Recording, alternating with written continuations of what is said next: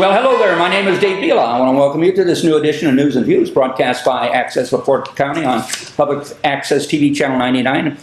We are weekly public opinion shows addressing national, international, and local issues. We will adhere to broadcast rules, but absolutely no one's First Amendment rights of freedom of speech or freedom of the press will be either muzzled nor denied. Any unauthorized use, accounts, descriptions, and events of this program without the express written consent of Larry Curly or Schmo is strictly prohibited. We hope we enjoy the program and the participants.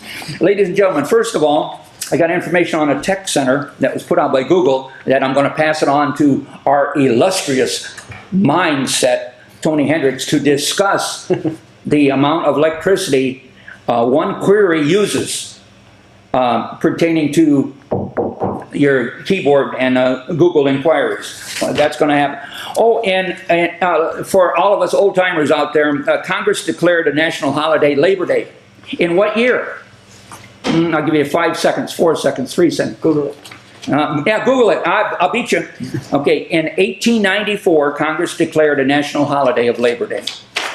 To all of the teachers out there, I guess 12 through K, the Unity Foundation invites all of the teachers to seek the grants that are available through the Unity Foundation to aid in their performance in the classroom, the teacher's performance, in buying crayons, buying paper, buying whatever. They can apply to the Unity Foundation. Unity Foundation net grants, teachers grants. Oh my God. Well, just punch up the Unity Foundation and teachers grants. And it amounts to a $400 grant or a $500 grant, each aimed to support teachers as they find innovative ways to make learning a possibility for their students. Money is available through Unity if you've got members of your family who are involved in teaching. That includes parochial schools. Take advantage of this, people. There's a lot of stuff out there you just got to know. I don't want to talk no more, but let's get oh yeah, one other before I close here. If you're looking for something to do Sunday, okay, if you're tired of Oktoberfest, drive up to Michigan to a little bit before Three Oaks on 9547 Community Hall Road. They'll have a mechanical bull. They'll have entertainment by Plus One. They'll have fireworks at dusk. The burgers, hot dogs, and soda. It's put on by the Ewing family, the Bila family, and the Plus One entertainment group. No admission, so if you're looking for something to do and you're riding around, maybe you pick up a hamburger or do something, but Plus One, the entertainment group, will be entertaining, and that just happens to be my grandkids, so I got to promote them. I want to hand this to Tony. He had a chance to look over it. This has been put out by Google. It was put out August the 21st. Google has released a technical report detailing how much energy its Gemini apps use for each query. Now, I don't know what a query is, so let's pass it on to Tony. Maybe he can figure that out. What's a query, Tony? Anytime you punch search, creates a query. You ask for a list or information, whatever you're asking for. And actually, I think every time you start typing a letter, if you're in the computer at home, you start typing your query, your request, each letter starts autofilling, and some computer, if it's yours or it's AI, is trying to give you what you want before you want it. So every query, it's got to be millions, billions, trillions, quadrillions, and we're going to talk about quadrillions. For those of us in my age category, we didn't have computers or anything like that, so what the term query meant was just asking a question. Yep. You put up your hand in class and ask a question. That was a query. We didn't have to go through all of that in order to be able to ask our question and have most teachers give us a pretty decent answer. Or the encyclopedia. I'll let Tony go through the rest or of the it. encyclopedia.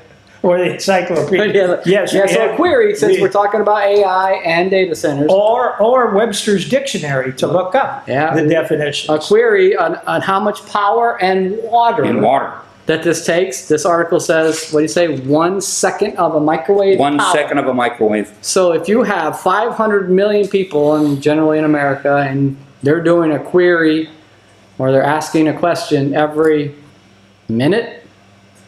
Oh, some of them are going to be asking them a lot more than that. Oh, or a query can also be your phone when you're doing mapping or asking directions on your phone while you're going somewhere, the phone is querying the data center for information as it pulls that map and transitions you through the map. Or it pulls up restaurants in your area. That's a query without a question you're not even asking. Your phone's asking for you. You mean to say that you can make a query to Google through your phone? It's on your phone is querying something. It's either going through Google, this is an Android phone, or going through Apple's phone through their query.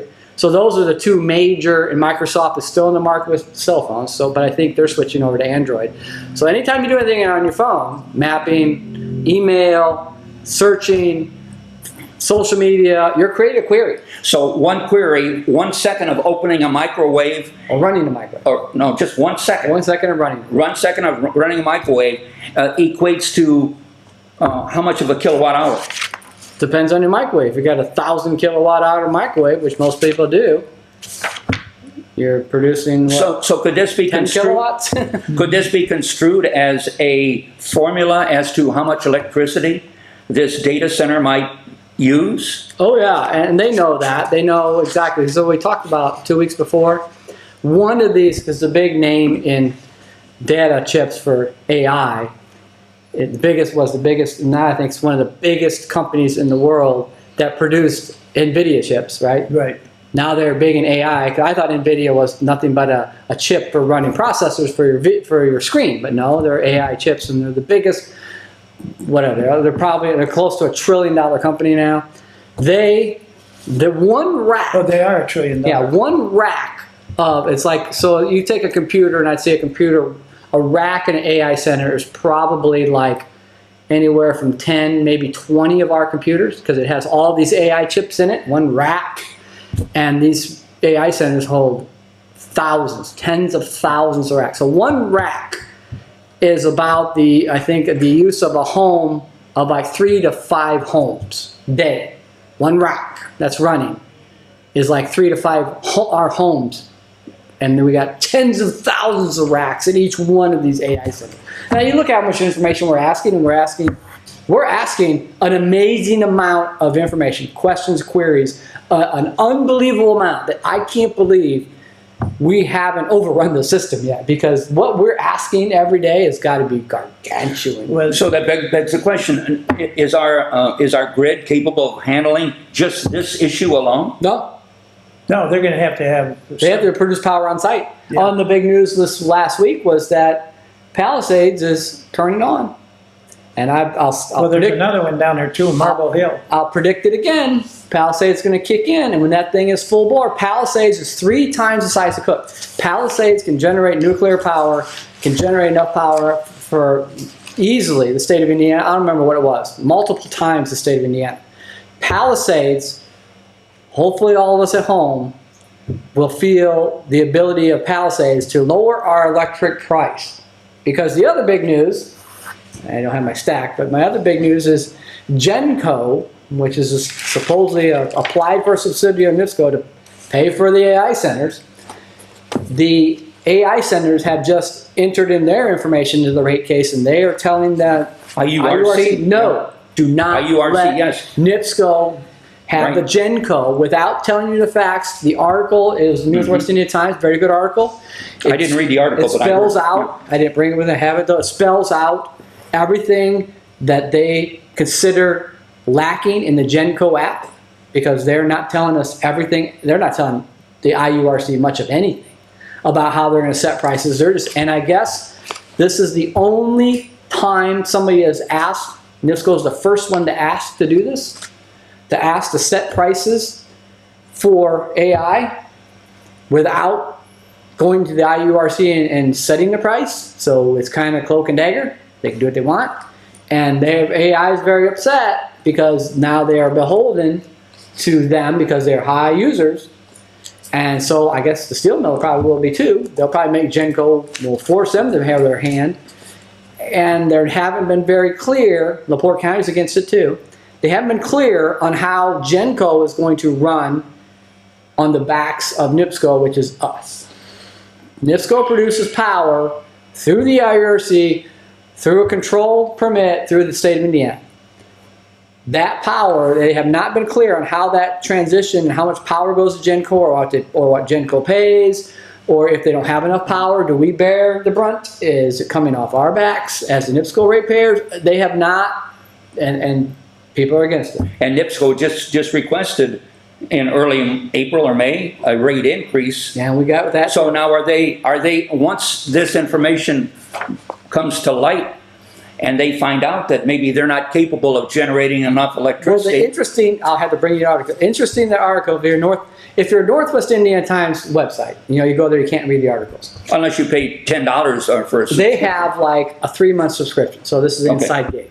They have like a 3-month subscription. I think it's like $10. And then after that, you get to the end and I think they want to charge you $20 a month or something. Don't do it. Just go to there and say, no, I paid you my $10, I'm done. They're going to email you in the next day and say, okay, for $20, we'll give you the whole year. So for $20, I read Northwest Indiana Times for the whole year. Pretty good deal. The articles are fantastic. So in that article in Northwest Indiana Times, the interesting point was that GenCo was going to get some of its power from AEP and IEM, which we now know is Cook and Palisades. cheaper rates. Right. So they were going to pull power, because we've talked about how you have the interconnect in the grid right now across the United States, and we are sitting on a major trunk line right here on the interconnect on the high tension power lines. You can see them all over our county. We are a central hub, not just for transportation, but for electricity and fiber optic and communications, which is why everyone's coming here. But there was a couple lines that NIPSCO was going to get some extra power from AEP and IEM, because Bob talked about it, that's why everyone's moving to New Carlisle, because they have very good rates and they have a lot of power. And that's AEP and IEM. So was NIPSCO going to create GenCo, charge these people an extra amount, knowing they could back it from us as NIPSCO, and then buy their power for, let's say they're going to buy their power for 3 cents a kilowatt. I don't know what the number is. 3 cents a kilowatt, and then sell it back to the AI centers for 20. Oh, heck yeah, I want to do that one. Are you implying that NIPSCO would do something shady like It's that? not shady. It's corporate. It's capitalism. It's corporate deal. They charge us They one just rate? don't want to tell. They just don't want to tell the IURC they're doing it. So the IURC can tell the AI centers that, hey, they're buying it for 3 cents, selling it to you for 20. That's why. Yeah, but what I'm just saying That's why is they're not telling the whole- they're being evasive to the Yes. Regulatory Commission pertaining to our rate structure. And to them, it's proprietary knowledge. In my industry, I just worked with a brand new total station. I got $10,000 off of it because it was a deal. But I do a lot of things with equipment in my phone that I consider proprietary knowledge, that I can give you a better product for less money. And that's what NIPSCO does. They're a company. That's what they do. But if they're beholden to the IURC, that's the world they live in. They're going to have to tell the public and everyone and us and the IURC and the AI companies what they're paying for their electricity. Because that's the company, but they don't want to do that. It's just fine. I mean, if they let them do it, that's capitalism and that's Indiana, And we've got the highest utility rates in the state but of maybe Indiana. not. Maybe Palisades will help us. What are we paying now? 17, 18, 19 cents a kilowatt hour? I still predict it's going to go down to a nickel. Well, I'm not so sure that it'll be Palisades, because they're also rebuilding Marble Hill, which Yep. is in Indiana. And 5 Mile Island starting back up, and every nuclear plant in the United States, and this was a Biden thing, is getting turned back on. Joe Biden did it. His people turned them back on, and I think that was a good idea. And we're getting more of them. Let me see if I can come up with a query where you would actually use artificial intelligence to maybe answer questions, and you guys feel free to flip in and help me along with this. But let's say you're Ford Motor Company, and you want to know what were your sales of gray cars that had four-wheel drives, or gray vehicles that had four-wheel drives in Northwest Indiana. Well, first of all, you could go in a query. All of Lake County, all of LaPorte County, all of Porter County, and get the number of sales from each of those counties. And then let's say that you decide that you would like to see also how many black cars were sold in the same area in Northwest Indiana. you could go in and query. Then you could then ask the question, but you're going to need more information to do this. Should I substitute sending more black cars because we're sold more into those 3 counties in northwest Indiana, or should I continue to send the same number into each of those counties in northwest Indiana? And if I change the number I'm sending, how will that affect my cost? One of the big costs they have is transportation costs. So can I cut my transportation cost by reducing the number of gray cars and sending more black cars because it's easier to ship the black cars than it is the gray cars? Now, what is the demand for those, and how will that demand change over the age situations that we live in? So as people age, how will the demand for gray cars go in relation to the demand for black cars in northwest Indiana? Now, northwest Indiana does have a little bit of a problem. Michigan City has the same problem also. We have for years lost population. But the population that stayed in many cases was the older population. So as a result of that, with the older population having stayed, how many more people would rather have a gray car than a black car, depending on the age distribution? That's the kind of thing that you use AI for. Yeah, AI can drill down. That means you take the data you have and you start going down into the data and find out the nuts and bolts, the foundation of the data. And I think Ford or any car company would be asking about colors, because different colors cost different money. Different paint tones cost different money. Let me throw one thing in there before you get to that. The other thing that determines cars in terms of color a lot is the number of females. It's amazing how many males I know are the ones that buy the car for the family, with one exception, the color. And if you don't let your wife select a color, I can tell you, you are in big trouble. Go ahead. So they want to know what colors are being picked, but they also want to know what colors I can create, I can produce and sell, and that costs less, because you see a lot of white cars, you see a lot of black cars, and now you can start getting the colors and cost. You're looking at gray or silver colors, which are more cost. You're looking at reds, which are more cost. Blues are more cost. You go to any paint store, you can see the color. And we go to the paint store, you can pick any can of paint, it's different. But when you're buying in tens of thousands of gallons, because you ever go to a manufacturing facility, they don't paint cars hardly anymore. They dip them in the paint and then they clear coat them. So you get the color and then you get the protective coat. So they have these really big tanks, they drive them in, and the bodies go into these tanks, and they put the primer coat on, and the bodies go into other tanks, and they put the color coat on, and they spray a protectant. It's really cool. And that segues to another thing that AI is going to do and robotics are going to do. It kind of hinges on power and our ability to make power and store power. If you look at any pictures, go on the internet and look at China. They've got mountains in China that have sides of mountains are all solar panels. As we transition to more robotic manufacturing or more helpful manufacturing that's not human, they will make sure the cost of running that plant will be during the times when you're producing energy from the sun or from wind or from hydro. And so the days, I think the days, we're going to see the days are gone that you start a factory at 7 in the morning, you turn it off at 3 in the afternoon. It's not going to happen because the robots don't care. We humans do. We want to get up, we want to eat breakfast, we want to have lunch, we go home and have dinner, watch the TV. Robots don't care. They'll just turn on when the sun hits the solar panels and powers the factory, and they'll make cars or thingamajigs or widgets or whatever when power is free. And then they will turn off, and they'll wait till it comes back on. And they won't have to go get breakfast or lunch or dinner or go to sleep or wait for have the nightly news. Those days, I think, are 5 to 7 years out at best, where factories will take minimum human interaction.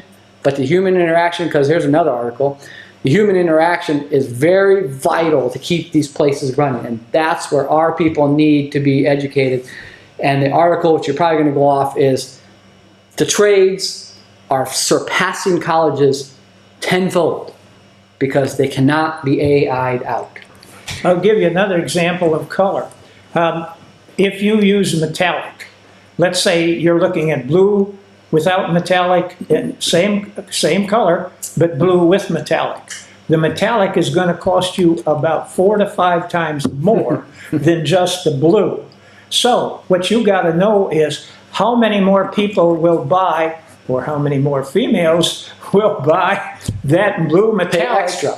Pay extra in order to get that blue metallic. Now, what happens if I paint the underside of the automobile with the regular blue, and I paint the top side with the metallic blue? Save some money.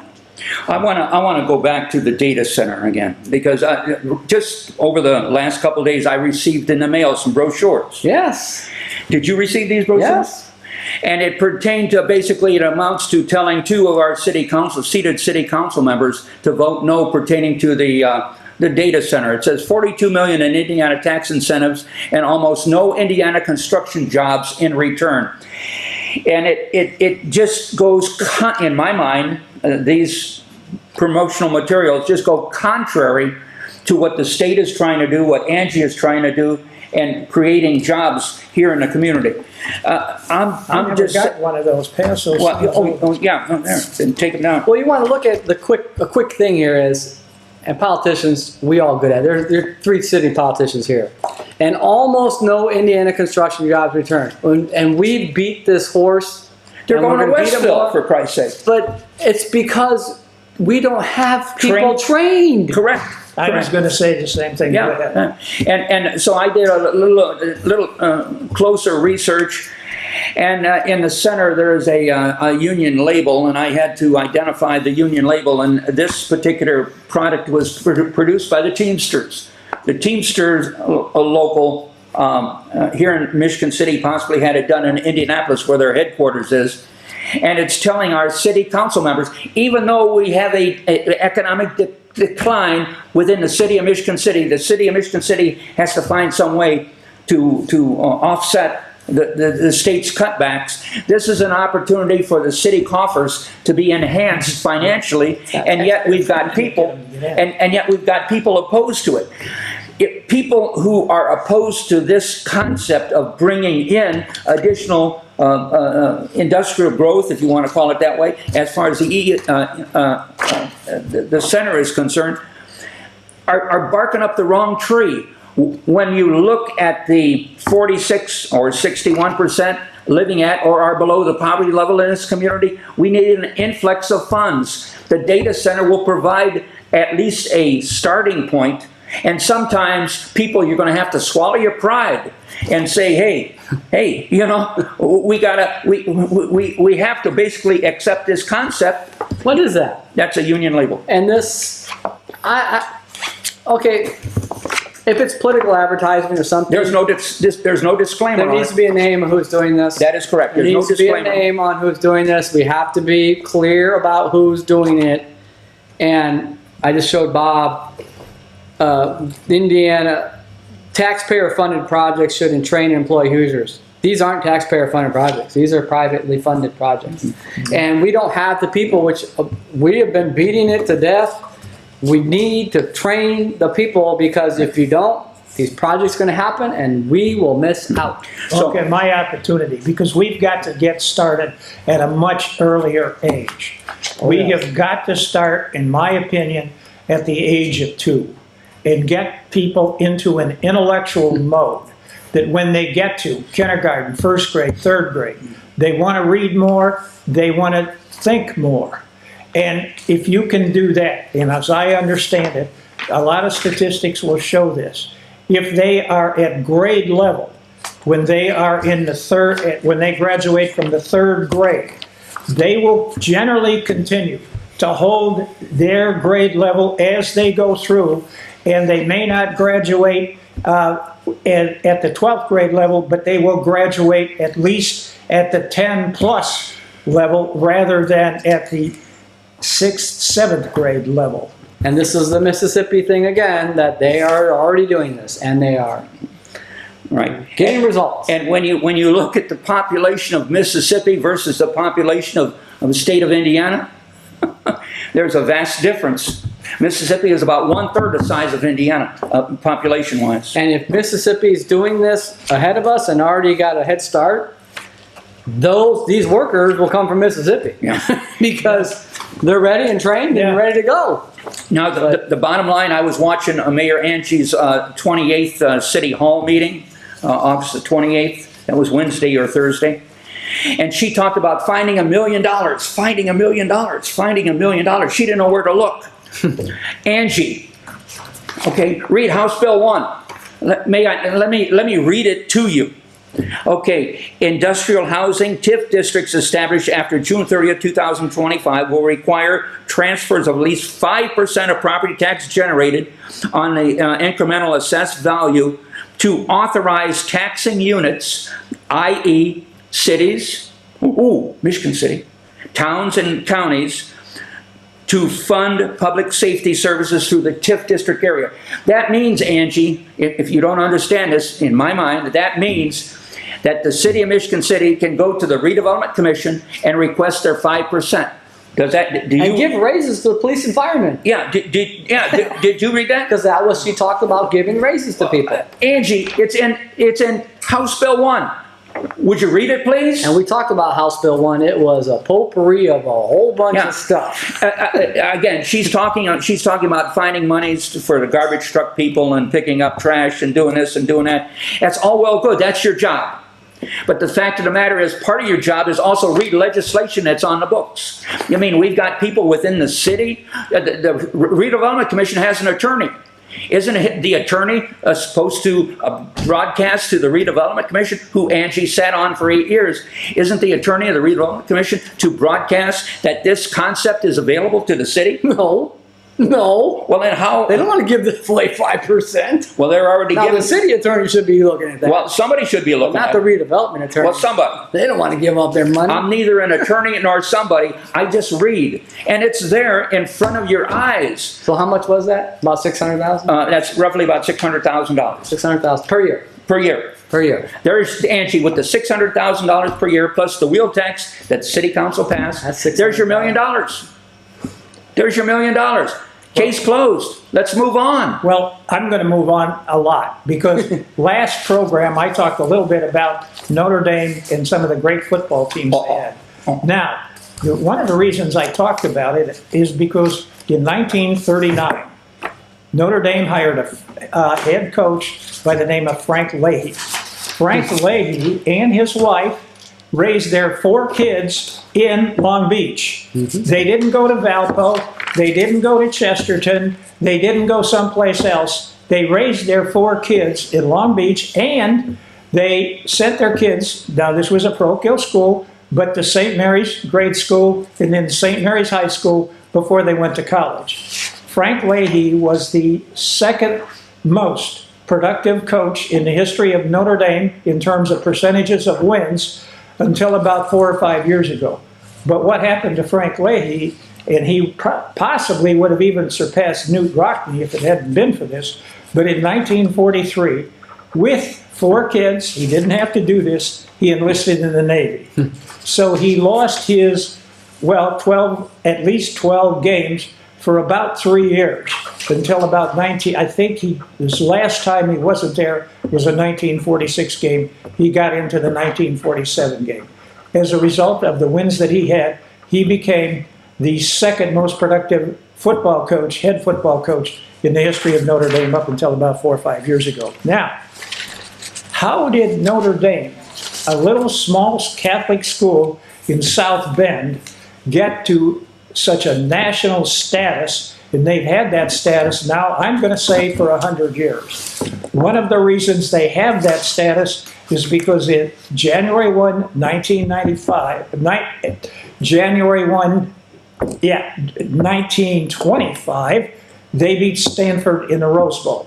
That was the last bowl game, I believe, that Notre Dame played up until the 70s, because they had a president, or a number of presidents, that thought football was fine during season, but these were student athletes. They had to learn, and they had to go to school. Oh, they're tough on. Most of them did. Now, probably along with that Stanford game, which Notre Dame won in January 1, 1925, the next biggest thing that propelled them onto the national scene was a game played in Yankee Stadium on October the 18th, 1924. between Army and Notre Dame, and Army and Notre Dame playing have a long history. But Army was ranked number one or number two in the country. Notre Dame was probably down around 17th or 18th.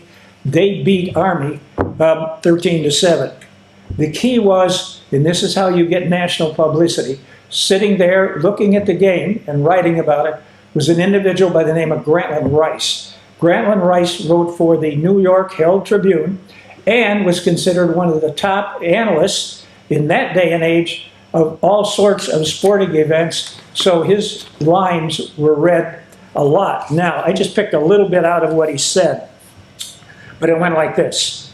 Outlined against a blue-gray October sky, the Four Horsemen rode again on October the 18th, You told me to 1924. research it. Now, Yeah. who were the Four Horsemen? Well, the Four Horsemen, if you did your research, which we talked about last week, actually came out of the book of Revelation in the Bible. And it named four things that in that day and age were considered the horrors of world events. Strangely enough, a lot of them are still here, so I'm going to read them. This was going back to the book of Revelation, was probably about AD 40, after Christ was born, AD 40 up through about AD 60. What they at that point thought was the four horsemen of the apocalypse were conquest, war, famine, and death. One more time.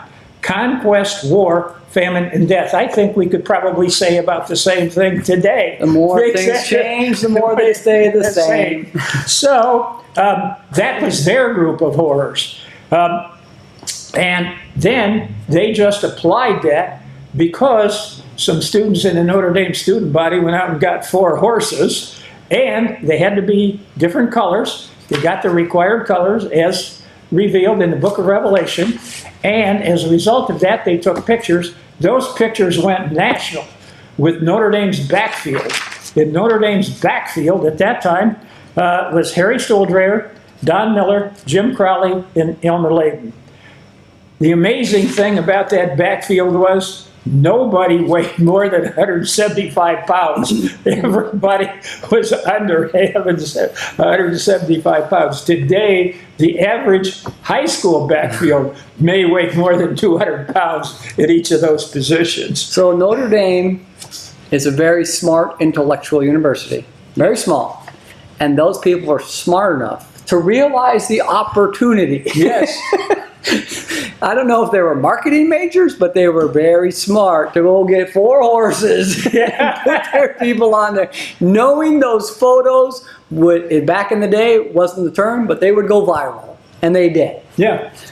Now, So if you guys are a follower of this program, if you go back a couple programs ago, I think a challenge was put forth to me by an anonymous individual. I'm not going to point him out.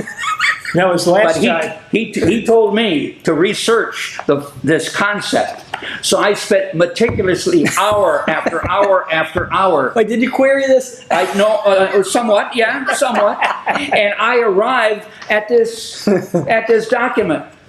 And basically verbatim, I read what Bob was talking about. I get no respect here. What I'm saying, you shouldn't have asked me to do the research because you have the research in front of you. Where did you find it, Bob? Well, I had a head start. I knew a little bit about it.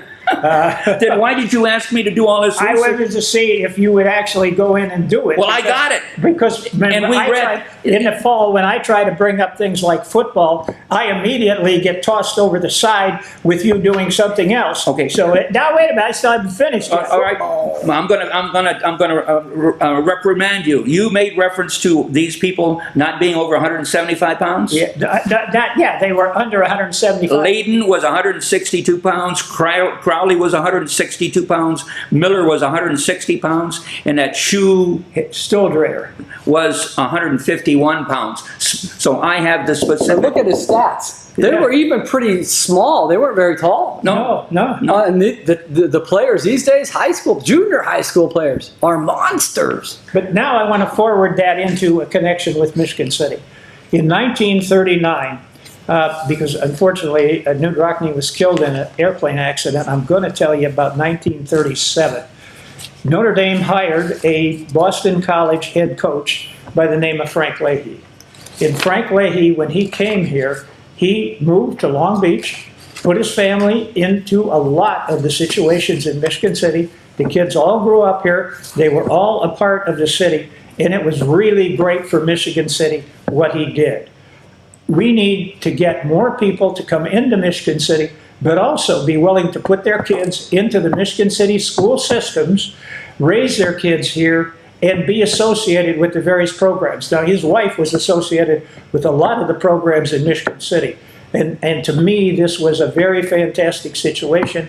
And I can tell you, in the 40s and in the 50s, as a result of that, there were humongous numbers of people that became Notre Dame football fans, followed them throughout each and every season, and rooted for them very vociferously. But I thought I would like to just have remembered the name Frank Leahy and what he did for Michigan City, and a lot of us really appreciate it. Now I'm going to throw one more name out that unfortunately I didn't bring up when I should have, but that name is Art Cross. Art Cross lived in LaPorte County. He was one of the great drivers in Indianapolis, Rookie of the Year in 1951 or 52 at the Indianapolis Motor Speedway. This is when they ran that race on Memorial Day. Came again, I think he finished one time at number 2 behind Bill Vukovich. Unfortunately, Vukovich was later killed at the Indianapolis track.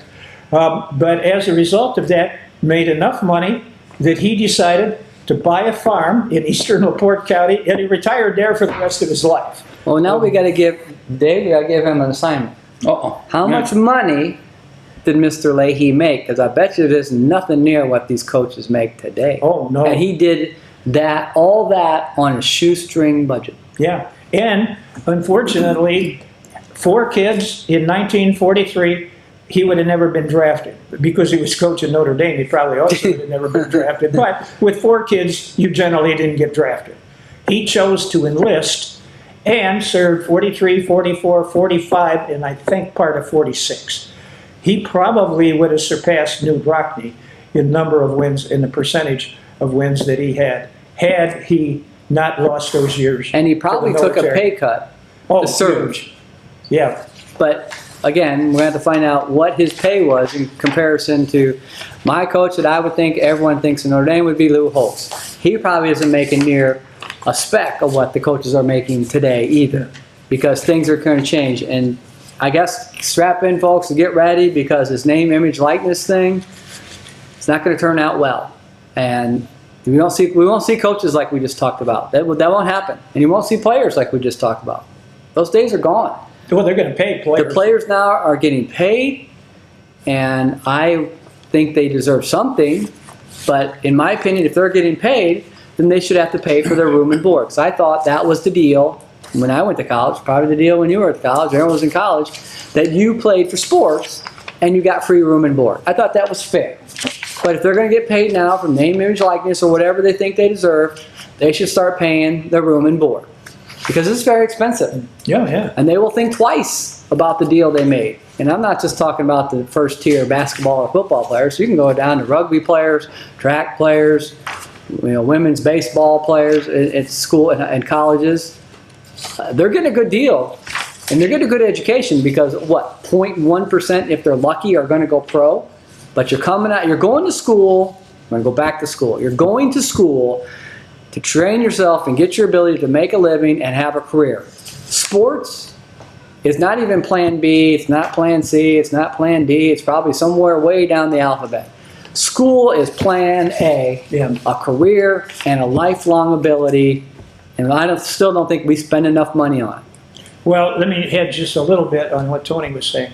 It's a career if you get into the fields where careers are possible, such as some type of engineering, some type of finance. Those are the sorts of things that they're looking for.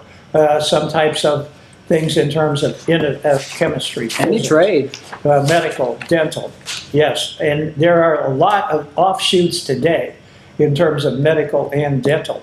One of the things we talked about last week was the fact that what happens in government is it expands, even though sometimes we really don't need what it expands to. And I would give you the example in Michigan City that I can think of, because I happened to be on the city council when we did. But for years, Michigan City had a health department. So did the county. Now, our health department in Michigan City, I think the biggest thing they did, they used to have these big red signs that said quarantine. Because of me, our house probably had a quarantine sign on it for at least 6 months when I was in the 3rd grade.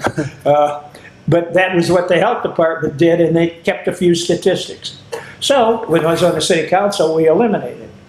Well, Now- you did eliminate it, you went to the county. Yeah, it went to the county. Now, Good move. but what also happened is we became a lot more sophisticated in terms of how we medically handle things. In that day and age, what would happen is if you needed to go to the hospital and needed an ambulance, you called the mortuary. The mortuary sent out their ambulance. Now, the county does that. We have Yeah. emergency medical technicians. This is one of the reasons that government expands, because it expands to meet the needs as our society grows. But Michigan City doesn't have ambulance, the county does. Michigan City hospitals ran ambulances. Right. Now the county runs them. Yeah.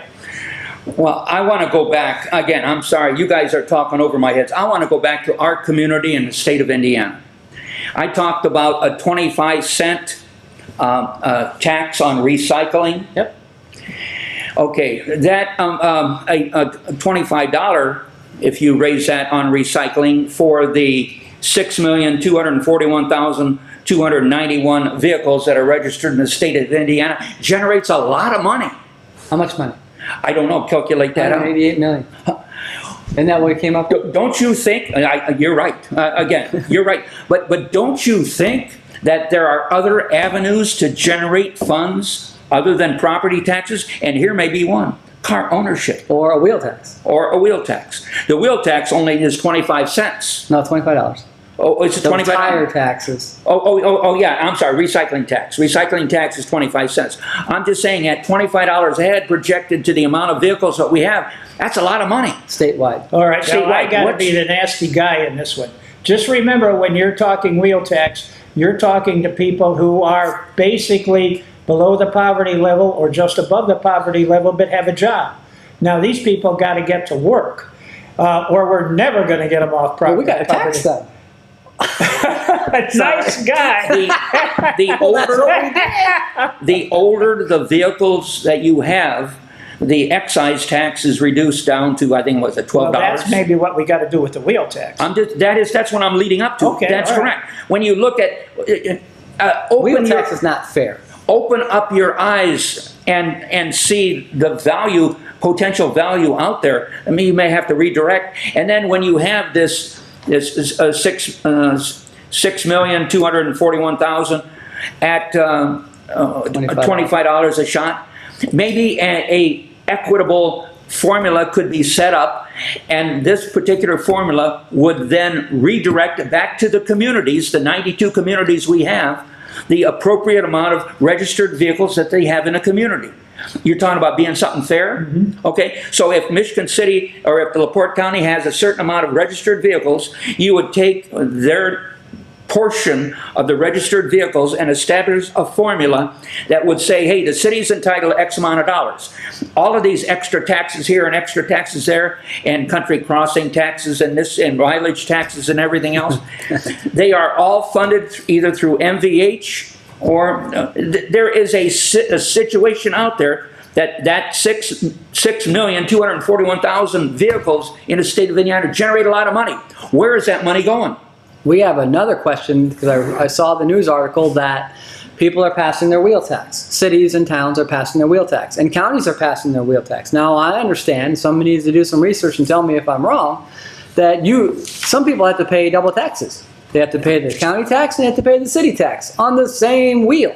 I thought that was illegal. I thought we could not do double taxation, but it looks like that's coming. Oh, So well, if the county passes a $25 tax in LaPorte County, Michigan City has 25, is a Michigan City resident going to pay $50? well, I have an easy way to handle this, but I don't know if they'll do it. Theoretically, especially if the city tax is less than the county tax is, you would be able to deduct the amount you pay for city tax from the total, and what would be left over is the net of the county tax less the city tax. Do you think the county's Now- is now it you first got- come, first served? And that's against what, the 14th Amendment? Yeah. First come, you can't do first come, first served. If the county passes a $40 wheel tax and the city passes a 25, then the county only gets 15 and the city gets 25? Well, don't the city residents drive on county roads? Don't the county residents drive on city roads? This thing, that's why I said Senate Bill 1 is a potpourri of things that really needed to get fleshed out a little better. I've read lots of articles. Mayor Angie looked at it. Her attorneys looked at it. A lot of the municipalities looking at it. Things don't make a lot of sense. And It don't make sense to we me. should have held off until we figured this out. Based on these figures, it don't make sense. And if you brought up if 6 million vehicles at $25, it's $188 million.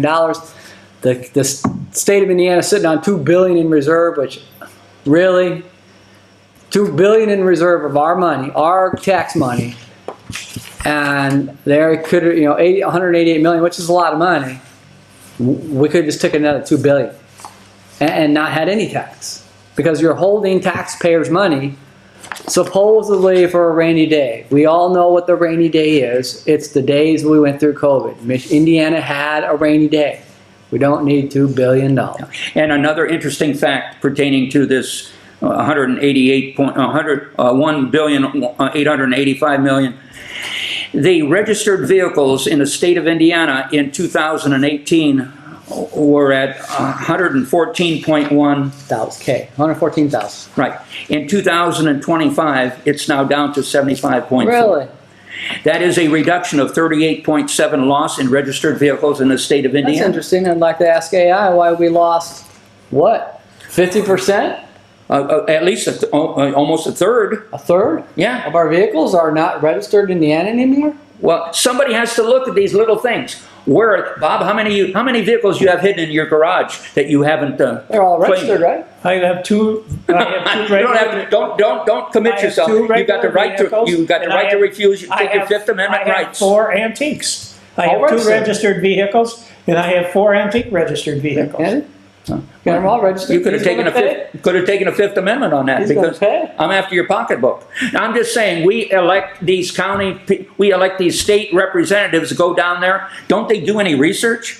Occasionally I get from Pat Boyd a questionnaire, and I found an old questionnaire dating back into the early 2005s or something like this, pertaining to issues that in my mind was unrelated to what's going on. Yeah, but she's outnumbered. Vastly outnumbered. She may be outnumbered, but there may be a consensus of opinion of somebody I down hate to tell there. you guys this, but when they pass a tax, it's almost impossible to get it taken off the books. Now, what can happen is it gets so old that nobody enforces it, like the number of tails on a horse. Now, they don't enforce that one anymore, but I'm sure it hasn't been What's rescinded. next? A shoe tax? Yeah. Well, here in Michigan City, here in Michigan City, according to the Department of Motor Vehicles here in town, 320 electrical vehicles reside in LaPorte County. 320 electrical vehicles.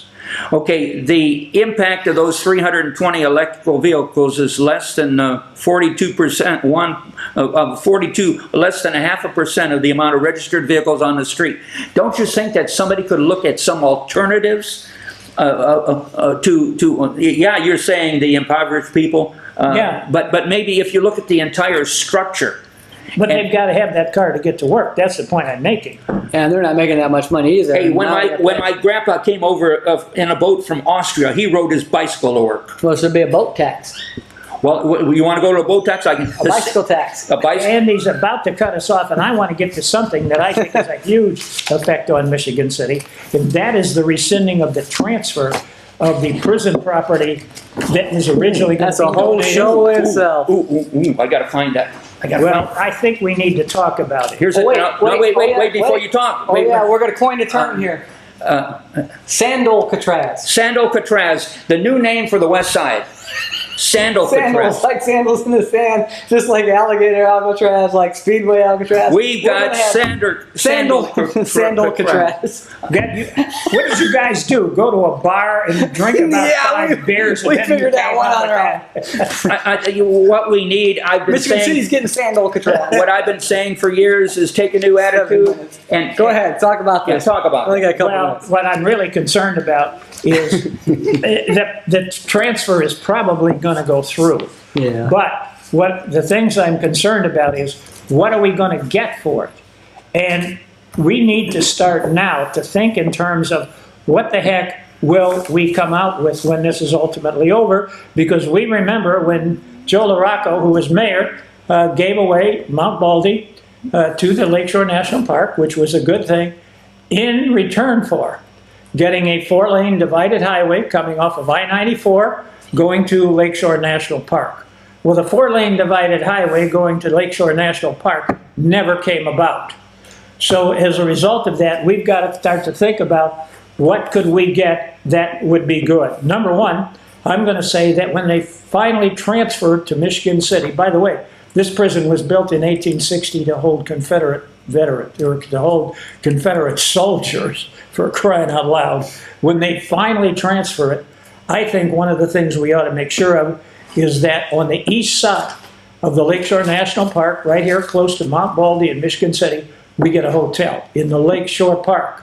And that Lakeshore Park funds that hotel and keeps it going. Now, the other things that I think we need to look at is, number one, we're going to have workers at that prison, and we're going to have prison guards.